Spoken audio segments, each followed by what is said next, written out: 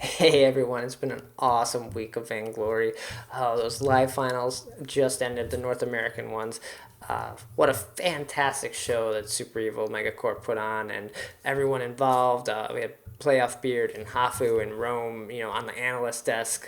Where's my invite, guys? Come on, I could have added my 2 cents. Jeez. But they did a fantastic job. It was a lot of fun watching. I was unable to attend, but I was here in Chicago watching along, tweeting out, giving my thoughts, snapping screenshots as I was watching on my phone. So it was very exciting and some fantastic games. We're going to talk about a bunch of these matches in depth. So if you haven't watched them, shame on you. Really, you listen to podcasts and you didn't see who won. That's rough. Go watch some of these games, see who won, because I'm gonna spoil it on this episode. Just warning you right here. I'll warn you again later on. But so this is a really fun episode. I got 3 people joining me. I got 3 people from Team Smurf joining. A lot of great guys over there. I've had Maple on before, old episode. So if you want to go check that out, be sure to do it. I'll include a link in the notes down below. But this is a great episode. 3 people. The video, a little messed up. We weren't able to get everyone on video. So it's mainly going to just be me and Team Smurf logo. And then we had some issues, some hiccups with the video this week. So sorry about that. I'll try to get that all sorted out again next week. It's a little tricky when you have so many people on. Haven't done that. 3 people is big enough, but when we have 4, it just adds a whole nother issue, and Skype is always causing problems. So we're going to talk about that. We're going to talk about the skill tier compression. We're going to talk about these holiday skins that are probably going to be coming up. And then a couple other things. We're going to break down some CP Ringo versus Weapon Ringo and who's our favorite, what do we like to play, stuff. And I just want to mention, if you're liking the podcast, head over to patreon.com/Shatter. You can go over there, support the show. A couple things I want to do with the show, if we can get some more people backing and get some more money there. I do this podcast for free. A lot of fun. Love this game. Love the community here. But even more I want to do, work full-time job, so it's tough to put in those hours on the weekends and at night and release all these episodes. But if you can't do that, I love that everyone listens. Be sure to subscribe and leave reviews on iTunes. I love seeing those. But yeah, let's do it. Let's jump into episode 65. Shatter the Vain, a podcast about vainglory.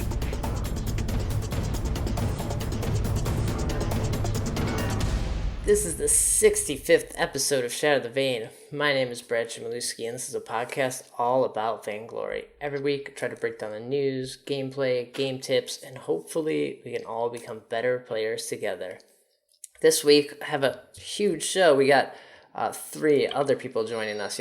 2 people wasn't good enough, so this time I got 3. I got some members from Team Smurf joining me. Welcome, guys. You want to introduce yourself? Go around the horn here. I'm Patrick. I'm known as MrTouchnGo.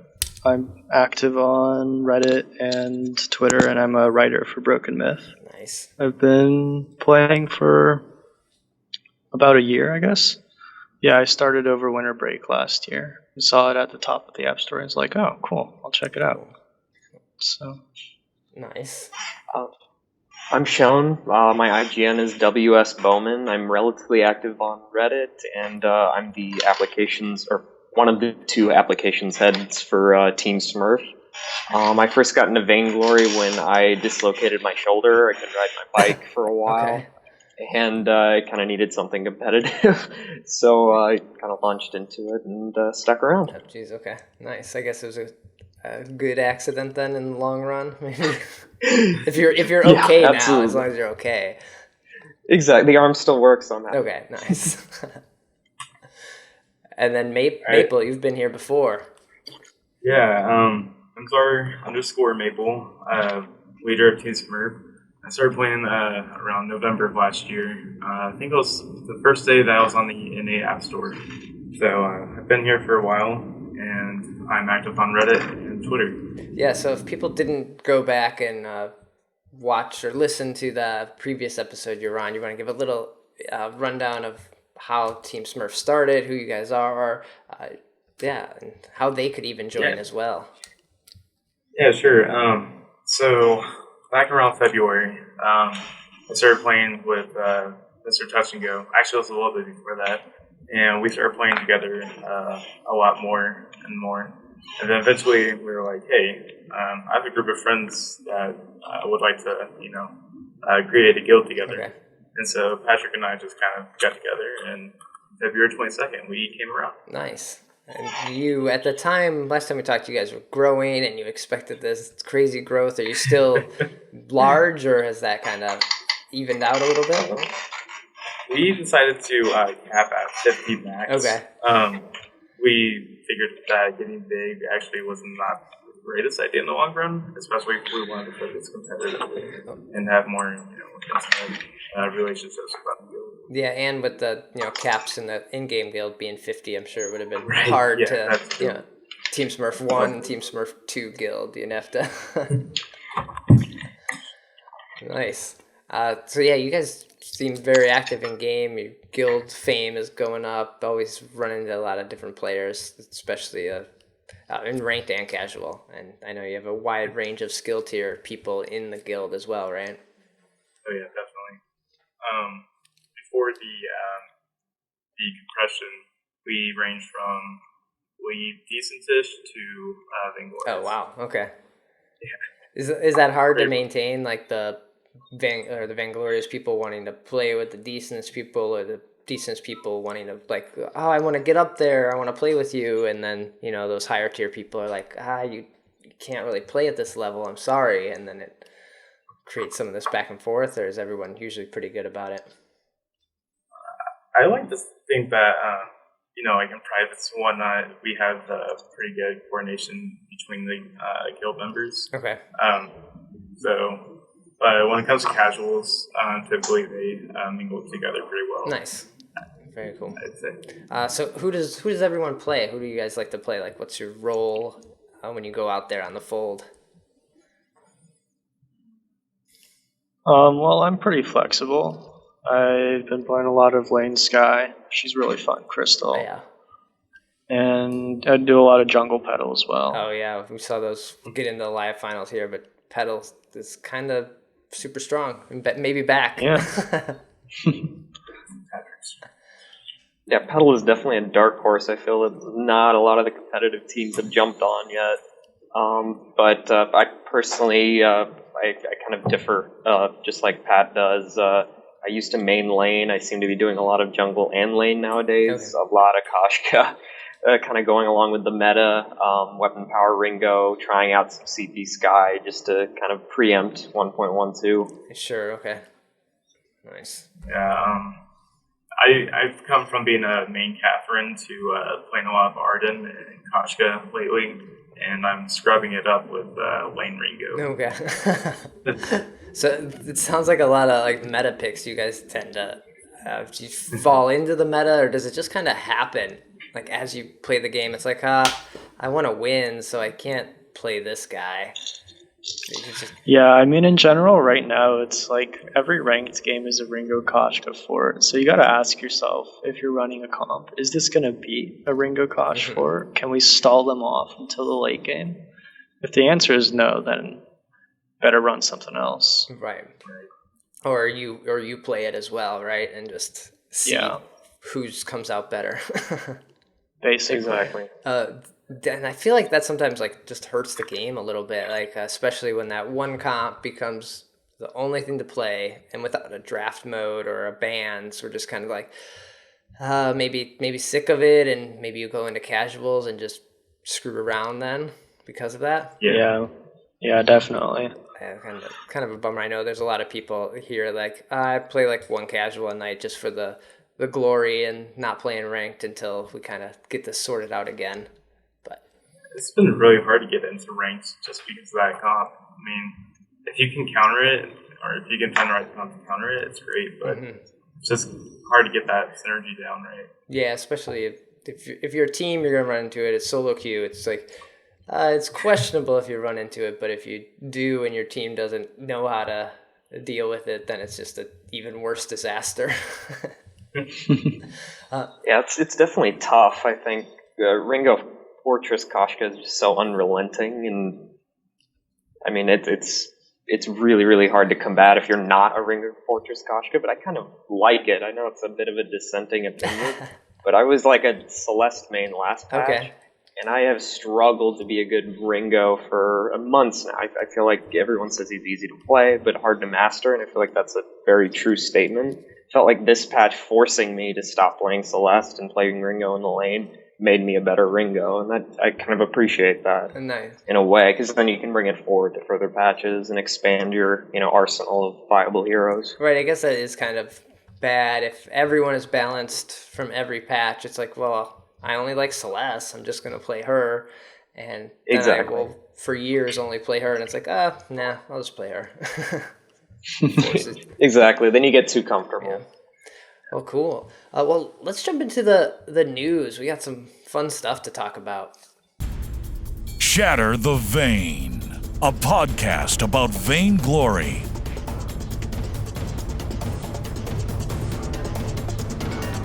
So, first thing that happened, the big North American Autumn Live Finals. I'm going to say right now, we're probably going to spoil this. So if you haven't watched this, and if you haven't probably checked the in-game news where it probably says congratulations to the winner is, you may want to, go watch those first. But let's get into this. Did you guys watch this?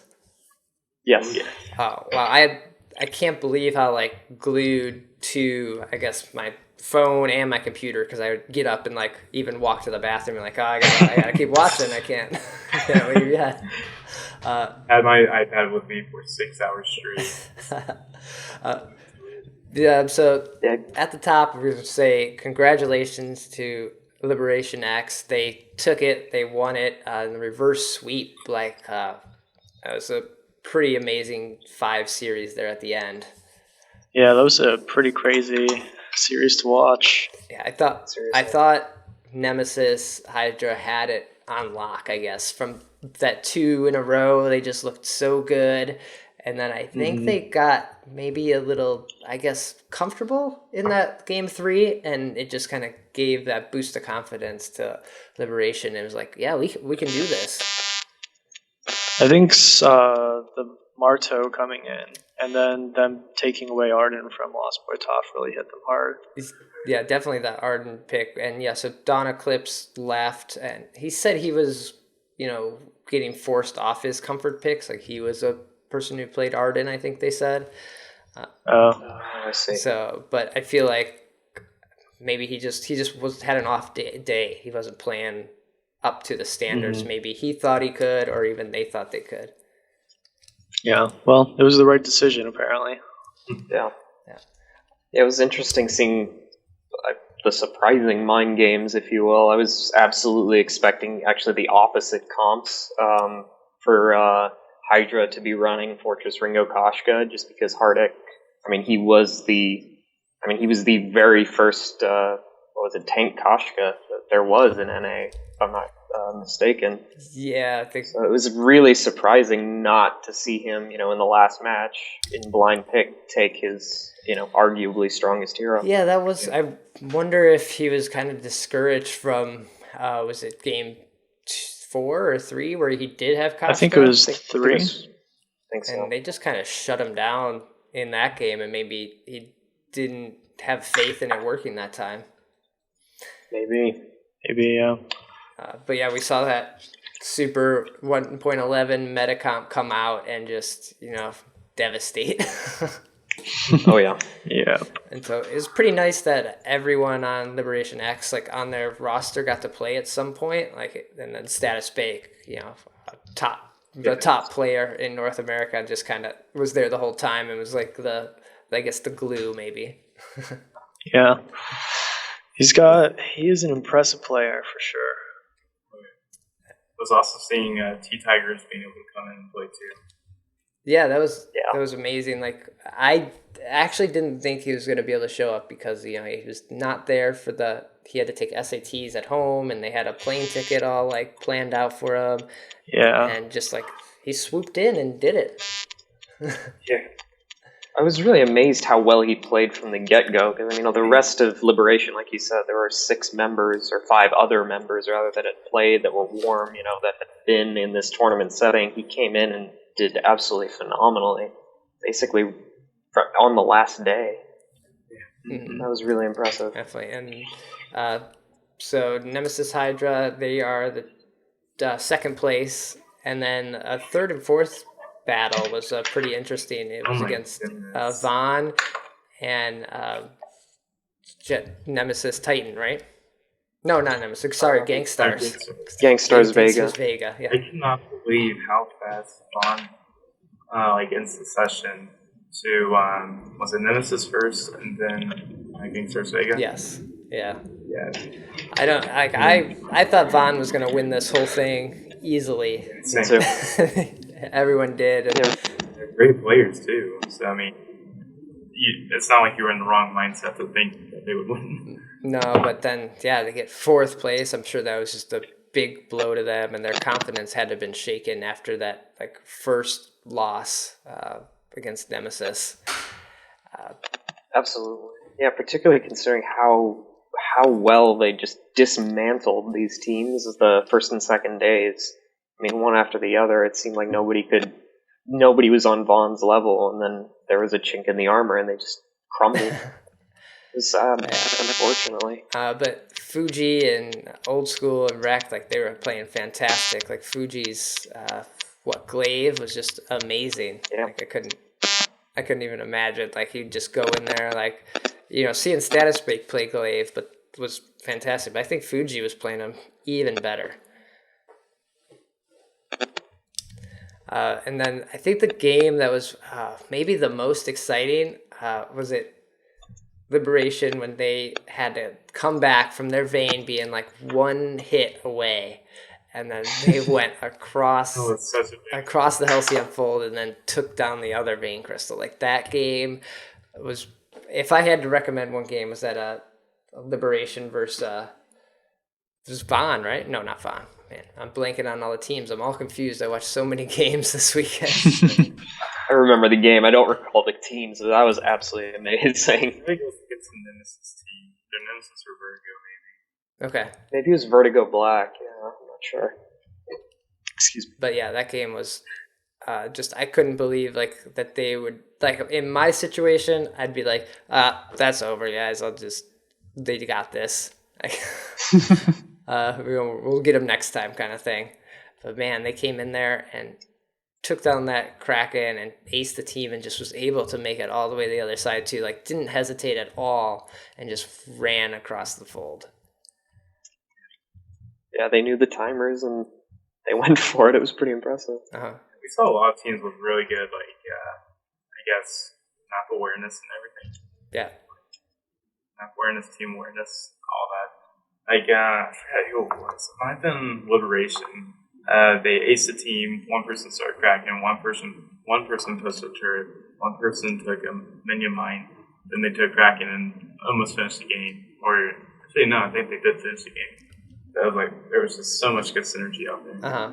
And yeah, watching these teams all weekend, you quickly realize how quickly the game can move as soon as there's the ace or you get comfortable in the lead.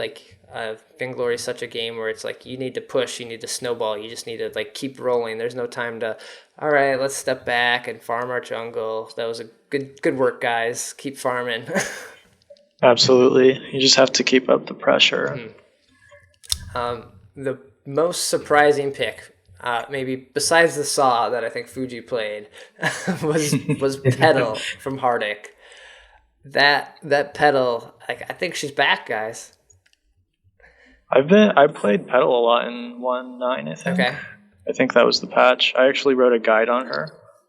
She's really strong. She's got a pretty strong early game, and combined with really good mobility and amazing team utility with that heal on her ult. Right. It's just such a strong kit. And this is playing her as the carry in the jungle, right?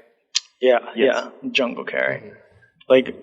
I think she's really strong with a melee laner, because the melee laner is tanky enough that you can just heal them when they get low. Like sometimes if you have a squishy laner, they'll just get deleted and you don't have a chance to heal them. Okay. But if you have a tankier ally, that heal really comes in clutch. Yeah, I think everyone underestimates her minions. Like, it's like, dude, guys, we got to kill the minions first, and then we can kill Petal.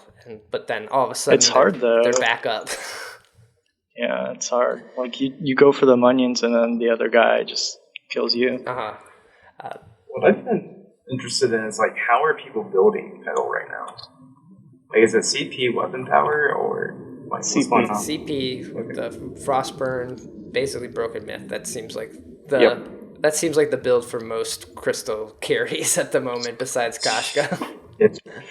Yeah, the utility from Frostburn is just unparalleled. There's no point in going Shatter class at this point if you're doing a mage almost. Yeah, just so your team can kind of keep up with them, slow them down, and then there's no escape after a few hits. Yeah. But I've ran into a few Petals over the last week, and, I think she's just doing great. I think Playoff Beard mentioned on stream that she has the best win rate right now out of any heroes in this season, I think, or something like that. I forget his exact words. I think it was like SA up and ranked or something very specific. That was really an impressive stat. It's ridiculous. Yeah, and there's probably like maybe a half a dozen people playing her at that level. Pat being one of them. He's really, really, really good on Jungle Petal. That's Petal in there. Her new kit is really fun. Like I resisted it for a little while, but then finally like started getting into it and trying it out. And the jump finally makes sense. It's not just like a gimmick and like, oh, let me do this. Like you can really catch up to people and kite people away. Like she's really good against someone like Cruel, who's always trying to stick to her, and she's just like, oh no, I'm gonna jump away, and I'm way far away now. Thanks. Yeah. Absolutely. Do you see her now, since Hardik played her, like becoming like a top pick? Like we're still gonna see this Fortress Kashka Ringo probably for a little while, but do you see people like, oh well, let me give Petal another try? Well, I think Kashka is actually really strong against Petal because she is a gap closer plus a huge speed boost. Okay. And she also gets additional stacks from Twirly Death from twirling on the minions. That's 4 stacks right there. Yeah, it's really rough. It's a tough matchup, but if Petal can get to late game, she can take down Kashka pretty easily. Okay. It's just getting past the early game that's rough. Okay, so maybe we'll see her more played in 1.12 when that drops rather than the Kashka patch of 1.11. Yep. Probably. Well, so those were the live finals. So if you guys didn't see any of them, go watch some of these games. At least watch this that Liberation Nemesis Hydra game. It was game 2. It was outstanding, and you'll be on the edge of your seat even though you know the outcome. And then watch the best of 5 finals, the final games. Like they were all really good. Lots of different team comps and fantastic play out of everyone, especially Lost Boy Tough. Like his Arden was ridiculous. That was such a beautiful thing. Like as a support main, it was like dying. Just yeah, it's so good. See him drop gauntlets like just in the right place. Like, wow. Yeah. But before the live finals started, we got a tease of one of the new holiday skins coming. This is the Fortress holiday skin, gift wrapped Fortress. Do you guys see this? It's so adorable. Oh my god. I love the Rona in it too. Yeah, I can't get over the Rona. Yeah. So cute. All we got is this splash art, so we don't know anything about it, but they said something about like his the pack, his wolf pack is really awesome. So are they going to be like present, gift wrapped fortresses like running out from him? That'd be awesome. Because this is Wolverine. Because these holiday skins, these limited edition skins, are basically a tier 3 skin. So the particles are all changed, like everything is enhanced. Yeah, I was actually one of the few to get the seasonal Petal skin, and I'm loving it. Yeah. So this is supposed to come out soon, because the winter season ends January 13th. And so Captain Nito on stream said we'd roughly have this patch for 30 days, kind of like the Halloween patch for Halloween skins. So, and then he also said we'd get 2 patches, like this would span 2 patches. So that puts us at 1.14 being the January 13th patch. So we still have 1.12 and 1.13 to get to in 30 days. Like, it just seems nuts. It's a lot, right? Turnaround.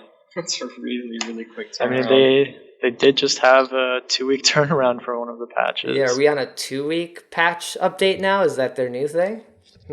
I don't know. Oh man, that seems like a lot of work for them.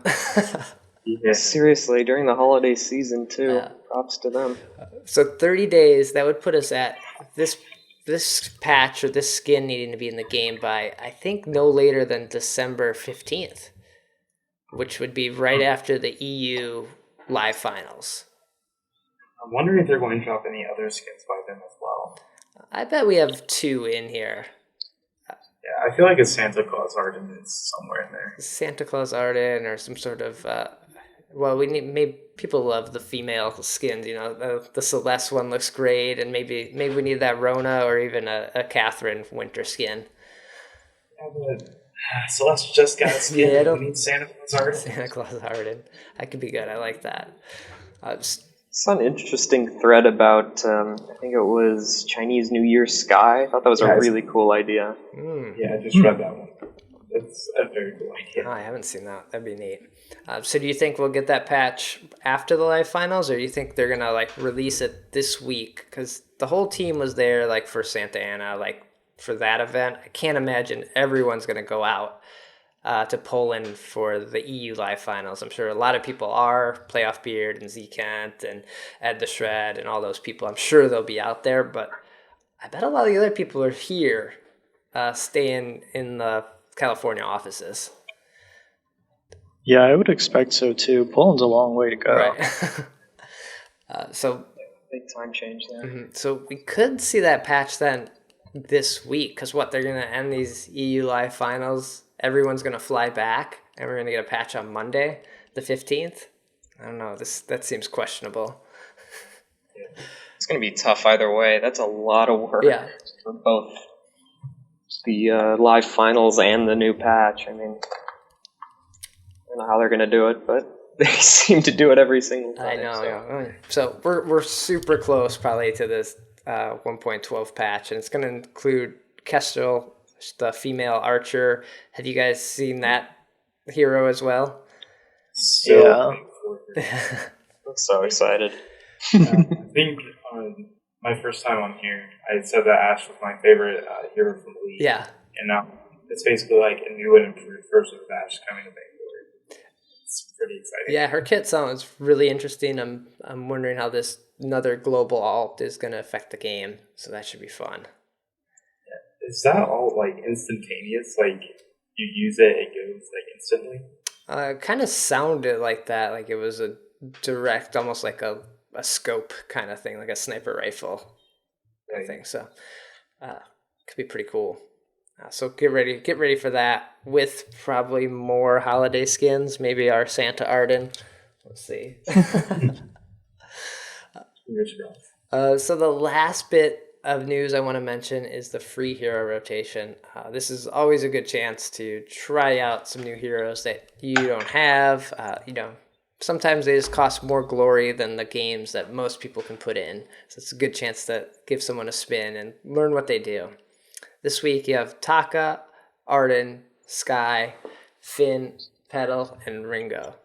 There's that Petal in the free hero rotation. So if you were wondering, how she's feeling, this is your chance to try. I think this is a pretty great lineup, especially with Sky and Finn in here.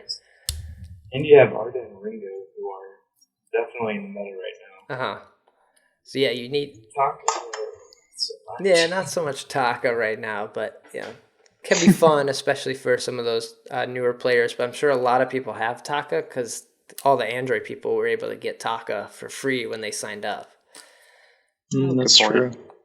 It makes me sad at Taka. I mean, there are definitely some really good top is still out there, but I feel like a lot of people are still struggling with coming back from all the nerfs that you got.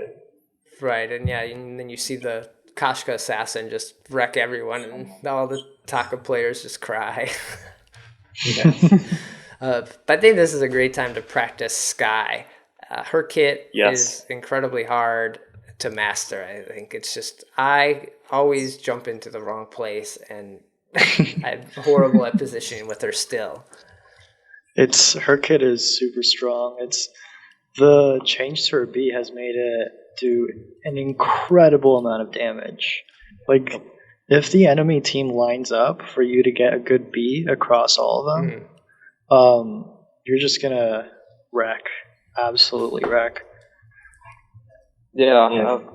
Lately what I've been doing is I almost hold onto the B when I've got her built with a broken myth. And so I'll stack the BM as high as I possibly can with the A ability and the ult.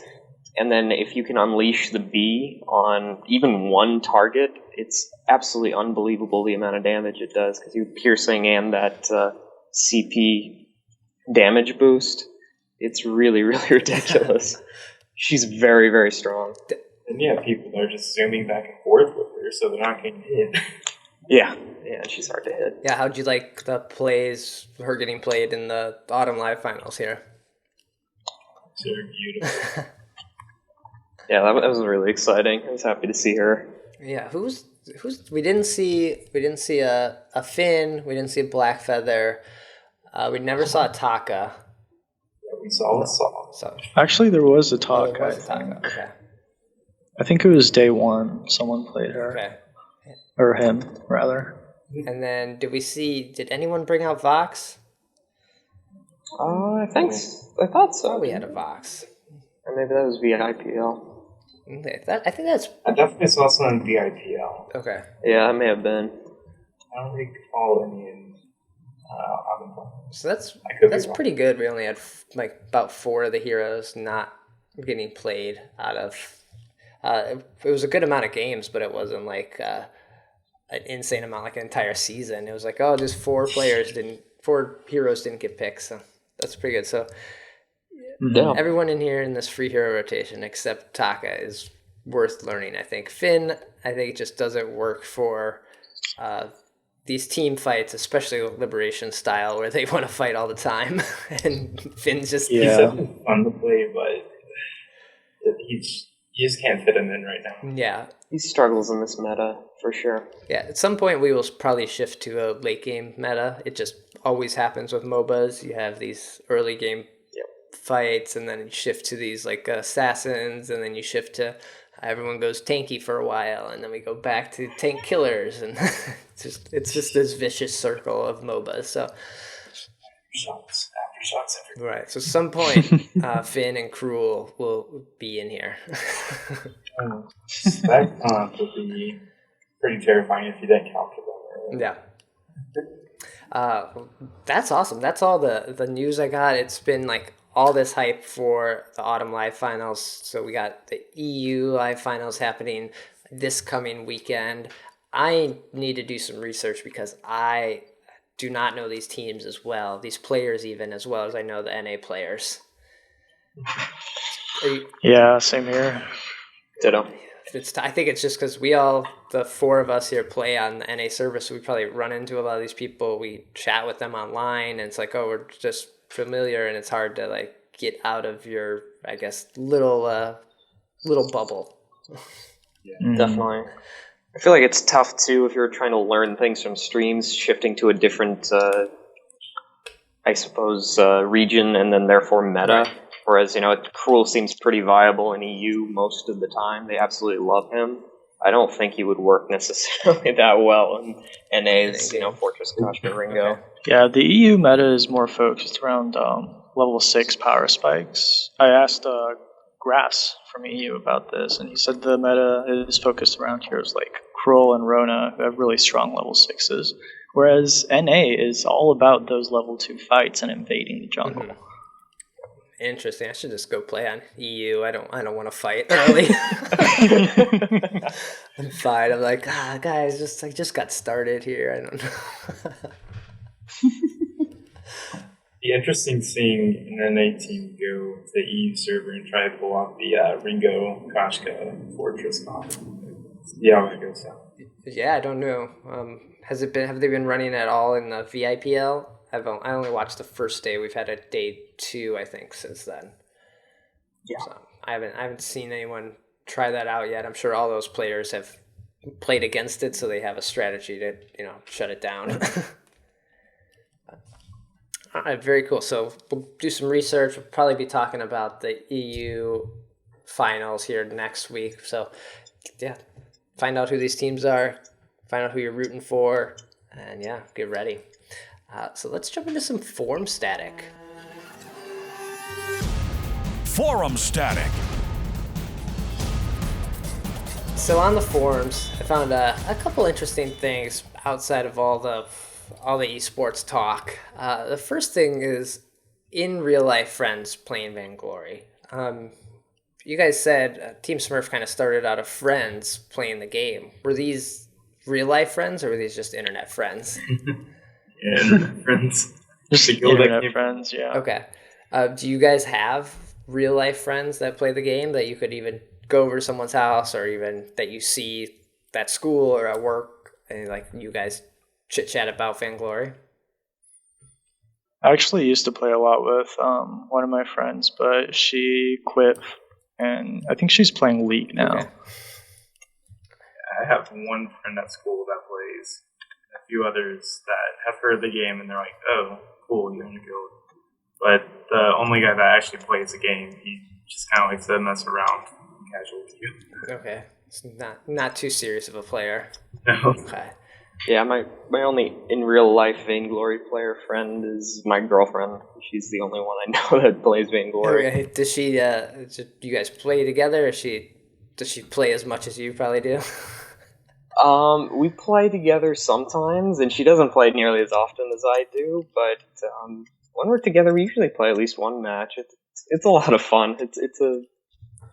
I suppose it's a good way to bond in a way. Yeah, for sure. I have a couple guys who I do another podcast with who play a little bit of Vainglory, but they're more the League of Legends and Heroes of the Storm players. So we don't get a lot of Vainglory games in, but it is a lot of fun to have a real life friend. Like all the people we play on the internet and know are great, but there's something like nice about sitting in the same room and playing with somebody. Mm-hmm, for sure. Definitely. It maybe changes how you communicate and even just like joking around like, oh, let's run this stupid comp in casuals and just laugh and you're just hanging out and having fun. Yeah. But it does seem like a game that a lot of people have heard of, and maybe people aren't as like dedicated as the listeners to the podcast and you guys, and so it's hard to like find that group of people. Have you guys gone to any of the meetups and met anyone that plays it, like outside of your friend circle? I have not yet, but I'm hoping to. Yeah, the only person close enough for me to meet up with is Wolf Hands. And he's like an entire state away. You should make him come out to you. Send it like super evil. Just have him fly over. Tennessee, Kentucky meetup. Yeah, there you go. Have him put it together. Yeah, the only in real life Vainglory experience I've had was going to the live finals this weekend. Other than that, I haven't done any of the meetups or anything yet. Okay. Was it fun meeting those people like in real life? Like that you've maybe just talked to? It was a bit surreal, to be honest, because you see these people in game, you recognize their IGNs, possibly their face, or the characters they play, and getting to see them in person and learning they actually have a name beyond the IGN is a lot of fun. Right. Yeah. It was really, really nice. And people like we don't like, oh, that's what you look like? Grow. Exactly. I'm sure there was a lot of that too, possibly unsaid, but it was really great. Yeah, it was nice meeting people in real life. Yeah, we did a meetup here in Chicago. It was our second, or it was the third one, really, the second one. Puke Nader, who's part of the Full Guild podcast, he helps with that and puts it on. And some people from Vertigo came out, and Chunky Pretzel came out, and a few other people. And it was fun just to like hang out, and we just all played a lot of private matches and drank beer and chatted, and everyone just kind of ate some food. It was fun. It was just a Awesome. weird thing. I never played like a LAN party kind of thing, like where I brought my PC somewhere or anything like that. That I didn't grow up doing that. So it was like kind of my first experience of like, hey, let's go meet up here and play a game. I did that with like Nintendo 64, like go over and play at someone's house, but that's about it. You still do that? Nice. So that's cool. There wasn't too many people on the forums that did say they played with friends in real life, but a lot of good stories. So if you have people you play with in real life, go over there, chime in. There's a link in the show notes here. Next thing I found that a lot of people are worried about is the next skill tier reset / compression that could happen. That winter season is about a month away. I haven't even got back up yet. Right.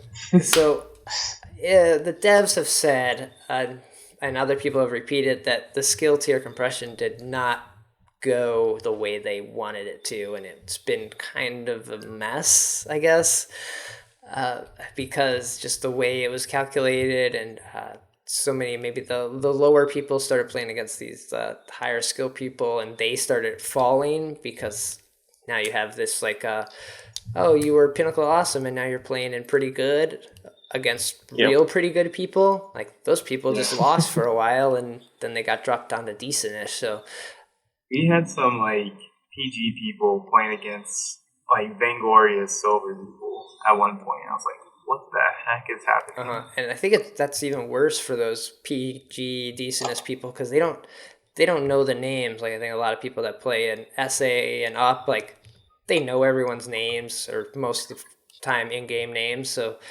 they expect to run into them.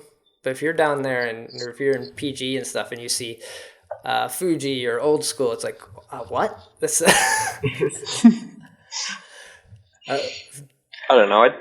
I think there's good and bad to it, depending on how you look at it. Every cloud is a silver lining and all that jazz. But I thought it was really fun early on. When we had the Halloween skin map and whatnot, everybody was clustered around pretty good, essentially. It was kind of fun to drop into ranked queue and, trade blows with, like you said, Fujis and all these vainglorious guys who you would never get to match with otherwise. I don't know. I mean, even if you lost, I thought it was like a really good experience, because I don't, I'm a hotness player personally. I don't get the chance to play against high elo guys like that. So it really helped me at least shape my game. Okay. So do you think they'll do another compression here in 30 days? No. Or how do you, what's a better way to do this than like just drop everyone? I expect another compression, but I think they'll do it a little differently. Maybe like accelerated elo changes after the compression, so you don't stick around there for so long, or maybe just like compress less. Okay. I definitely expect them to change something up. Right. I think in League, they do like a 10-game reset. Like, once you play 10 games, then you're kind of put in where they think you should be. Isn't that what they do with new players? Like, your first few games are accelerated? Sort of. When you're playing all your like games up until you can play ranked, then once you play your first 1 or 2 ranked games, you're like put somewhere. Okay. I think it factors in your casual MMR and ELO, right? Correct? Yeah. Mm-hmm. Yeah. Also, if you look in the forum, that post, it looks like Surprise Birthday. One of the devs responded, and he basically outright said they're not going to compress next season. Okay. I don't know if that means next patch specifically, or the entire next season. I thought that was kind of interesting. But they need a reset of some kind, right? Because you're gonna you're gonna have a trophy. You need that trophy to be like, yeah, look where I made it, and then exactly. And then you need a reason again to climb back up, or like, okay, so I can get that trophy again. Yeah, I'm not entirely sure what they're going to do off of that. Because, yeah, like you said, it would make sense. Because we had Season 0, this is Season 1, there's got to be a Season 2, so... Mm-hmm. Do you think it's enough time? Do you think it just feels extremely hard because this time was a compression, and climbing has been a struggle for so many people? There's people who were PO8 gold that are still hotness that haven't been able to climb up yet? Is it just too short of a time? I mean, we had, I want to say it was between 15 and 18 POA players before the compression. Okay. And right now, I think our highest is SA Gold. So that gives you kind of a mindset of where we're at. Yeah. So Yeah. I think that kind of speaks for Right. itself. Yeah. It's tough. So I don't know. I'm interested to see what they do. Hopefully they start letting people know. Maybe they don't want to tell anyone because they don't want people to feel that I got to work so hard again in a month. Yeah. That impending dread. Because you're already, you have two, I guess, battles happening, right? You have your skill tier battle happening that's going to get reset, and then you have your guild battle. You're also trying to get your fame up to, you want that 99, you want that big payout. Mm-hmm. So to do that's not reset, does it? that'll get reset. Yeah, I guess that'll go back to 0. Yeah, I expect it'll reset at the end of the season. Because you'll get paid, and then you'll go back to 0, and you got to climb back up. That actually makes a lot more sense because I was thinking, what's the point of being the level 99 guild if you're just going to get this payout every single season? So that makes a lot more sense that they would do it that way. Yeah. But it's hard to make those two things go together, like your skill tier, your rank queue. If you do have a group of people in your guild that you do rank and play with all the time, you're getting that fame. But sometimes it's just quicker and faster to get your guild up doing casuals. Sometimes those go super fast, and you can sometimes get more of them in, and they're less stressful. Yeah. Ranked games are pretty stressful. Yeah.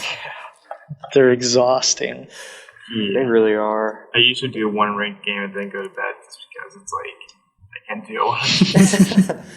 I usually try to go until I win, and then sometimes it's 3 a.m. and I'm like, this is not happening. All right, I'll call it. So go on the forums, chime in on what you think maybe was going to happen with the skill tier reset, since there's not going to be a compression, so don't worry about that. Give them your thoughts. I know the devs like to read the forums. They're always there. Like you said, Surprise Birthday chimed in. He's usually the one on those forums a lot, chiming in about ELO and matchmaking and the number tweaking and all that stuff. That does it for Forum Static. I wanted to do a little showdown with you guys. Showdown. So this showdown, Hero Showdown, sometimes we do last time we did Jewel versus Glaive, and we've done Catherine versus Arden. But since Ringo is so in the meta right now, I'm going to get your guys' thoughts on CP Ringo versus Weapon Power Ringo. So Crystal Power versus Weapon Ringo. Weapon Ringo seems to be the go-to for this meta, but do you guys have a favorite or a way you like to play him? Well, I feel like there's just so much better CP alternatives to Ringo. Okay. You have Celeste and Scarf, who are both heavy AoE heroes who do tons of damage. Then you also have Koshka, or jungler, who's a pretty big go-to jungler, and she's of course CP. So if you go CP Ringo with the CP Koshka, there's going to be a lot of heavy counter building. Right. So I feel like there's just a lot more synergy there with the Weapon Power Ringo. All right. I like playing CP Ringo a lot. I think it's fun. I think it's more fun than Weapon Power Ringo. Weapon Power Ringo gets the job done, but there's something about blowing someone up with your ult that is almost as satisfying as Crystal Jewel. It's just yep, stand in that. Crystal Ringo, I think he's Weapon Power. If you build a tension bow, you get such a huge early game power spike. But Crystal takes a while to ramp up. But both can be really bursty. I think CP Ringo has such an incredible engagement, just initiating with his ultimate. chunks a squishy for like half their health immediately, and that's if they don't start burning. Right. Yeah, if they start burning, there's a good chance they may go down. Yeah, for Especially sure. if you're playing like against a Celeste or something, or like a Petal, someone that doesn't have very much base health. But yeah, so but you just feel like there's better options to pick if you're going to play Ringo. You should probably play Weapon Ringo at this point. If I'm playing ranked, yes. If I'm playing casual, I might build like 4 Shatter glasses. Okay, you did see start people in the finals here. There was something, or even leading up to them, there was a lot of like hybrid Ringos coming out. We had that tension bow, and then the aftershock. Yeah, I've been seeing a lot of double proc come back. Yeah. Is that a viable way to go at the moment, or is it kind of just unique for some team comps? I'm not a huge fan of double proc Ringo. I feel like it doesn't do as much as I'd like. Okay. Like, I feel like just going pure weapon or pure crystal is better. Either one.